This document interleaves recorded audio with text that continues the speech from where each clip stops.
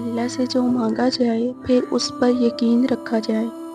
یہ نہیں کہنا چاہیے کہ مجھے امید ہے میری یہ دعا قبول ہوگی، بلکہ یہ کہنا چاہیے مجھے یقین ہے کہ میری ساری دعائیں اللہ پوری کرے گا، اور اس طرح پوری کرے گا کہ میرے گمان میں بھی نہیں ہوگا، کیونکہ اسباب اللہ کے محتاج ہیں، وسائل اللہ کے محتاج ہیں، اور ذرائع اللہ کے محتاج ہیں، پر اللہ کسی کا محتاج نہیں۔